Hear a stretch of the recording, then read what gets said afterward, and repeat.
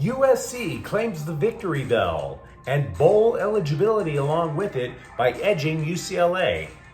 LAFC gets shocked in their own yard at the worst possible time. And the Dodgers begin contract extension talks with a key mid-season acquisition. Good morning. I'm James. This is your daily dose of sports and snark for the greatest sports city in the world, Los Angeles. This is the faithful Angelenos Morning Report, and we are broadcasting super early on November 24th, 2024. Welcome back to the Sanctum Sanctorum of LA Sports. It's also Sunday, the Lord's Day. If you believe in God as I do, take a moment and thank Him for all the blessings in your life, like LA Sports. And if you like being in the know about LA, clickety-clack the like button. Clickety-clack the subscribe button. There's a notification bell. Hit that. It'll let you know when we drop new content. Sharing is caring. Let people know we exist, and by all means, comment. Now, before we go through the news and notes, we have an expanded look at the scoreboard. Super expanded because there's so much to discuss. USC 19, UCLA 13. Jacoby Lane pulled down the game-winning touchdown pass from Jaden Mayaba in the fourth quarter in a rivalry game made more tense because the loser would not become bowl eligible. Now, in my opinion, the winning edge for the Trojans is because they had just that much more versatility on offense. And we talked about it in yesterday's clip. We talked about how running back Woody Marks would be a difference maker. He had more than 100 all-purpose yards yesterday for the Trojans. Now, it is true that UCLA's TJ Harden rushed for more yards, but he broke away on a 40-yarder in one play. If you take that one play away, the USC defense held the Bruins to an average of 2.84 yards per carry. In other words, for the Bruins to win, they needed Ethan Garbers to just play exceptional football. And Garbers was pretty good. 265 yards and a touchdown, 20 of 29 accuracy. Pretty good. Not exceptional. The Trojans defense stopped UCLA on 3 attempts on fourth down. Now take a moment, if you're a Trojans fan, if you're a Lincoln Riley hater, could you imagine Alex Grinch, the former defensive coordinator, calling that game? Stopping the Bruins 3 times on fourth down? Hell no, you couldn't. And I do realize that the following take is a bit of an overreaction, but I truly believe that this win absolutely buys Lincoln Riley more time to rebuild the program. I don't think for a moment he's getting fired. It justifies rebuilding the defensive coaching staff last offseason. D'Anton Lynn just earned every penny of his salary with last night's game. Moreover, if you recall from last season, Riley decided to take special teams a bit more seriously, and Michael Lance kicked 4 field goals. Now, to be honest, no, I don't really forecast this team beating Notre Dame. But at this point, it is also fair to remind people that USC had arguably the nation's toughest schedule. And in every one of their losses, every one of them, they led in the fourth quarter, and all losses were by a touchdown or less. Now let's take a moment and look over at UCLA. Obviously, not going to go to a bowl this year.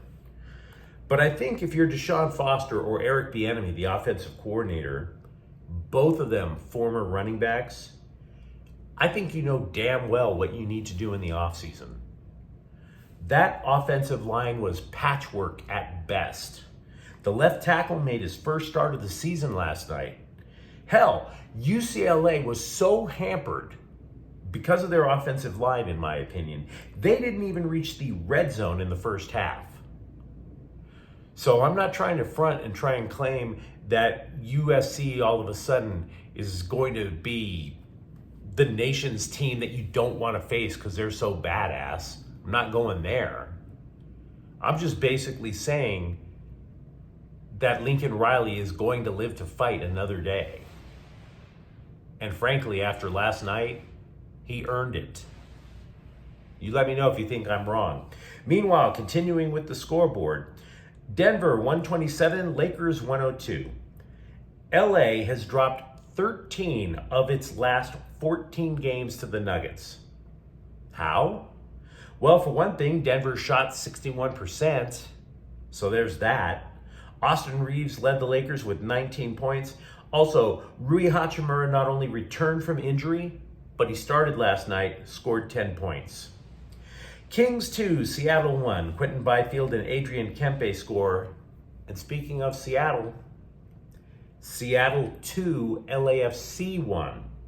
Jordan Morris's goal in extra time lifts the Sounders, and the top-seeded team in MLS's Western Conference got bounced in the semifinals in their own stadium. The black and gold are going to be kicking themselves all offseason. They will, for a variety of reasons. And it's not just because an own goal tied the match for Seattle, not just because they were trying for a third, that LAFC was trying for a third consecutive trip to MLS Cup finals, not just because LAFC swept the Sounders in all 3 matches during the regular season. Hell, it's not even just because Seattle hadn't won in LA since 2019.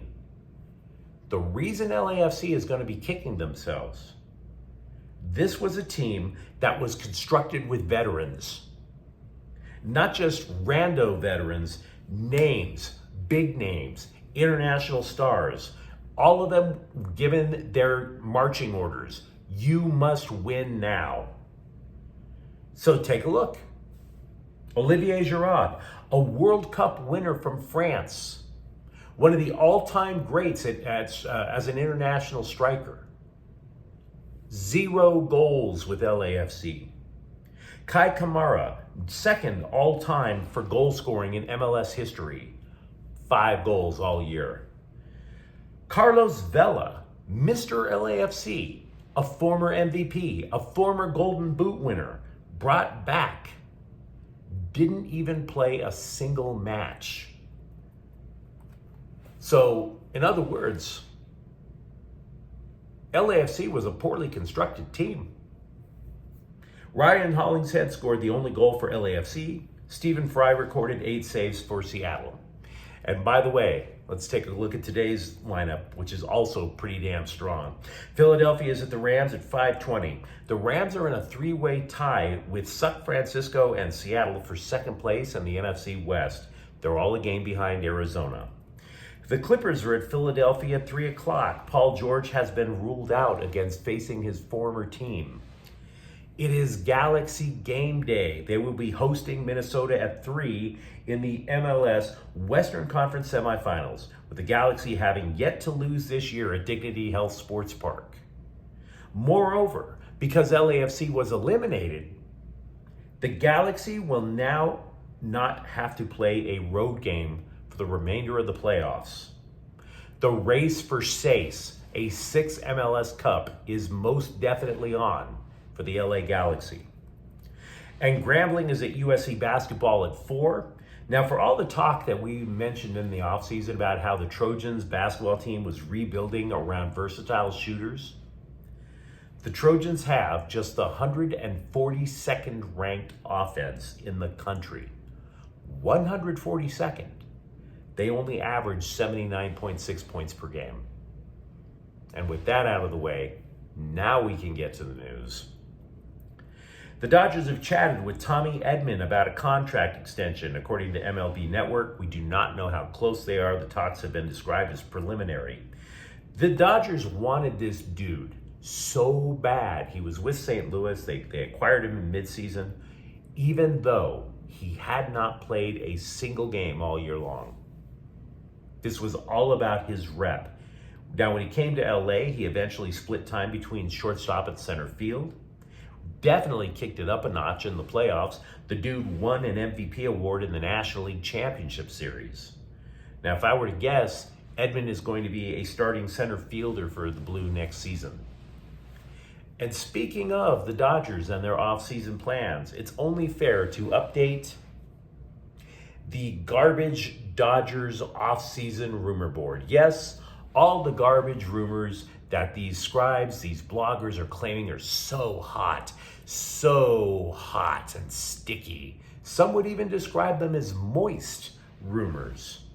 All the wild, unsubstantiated chatter about who the Dodgers are allegedly interested in. Last year, if you were watching this program, you might recall this list reached 48 names. We're up to 17 now.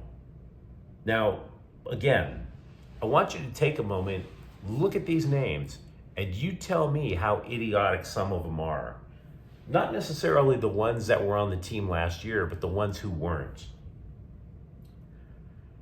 How about this one?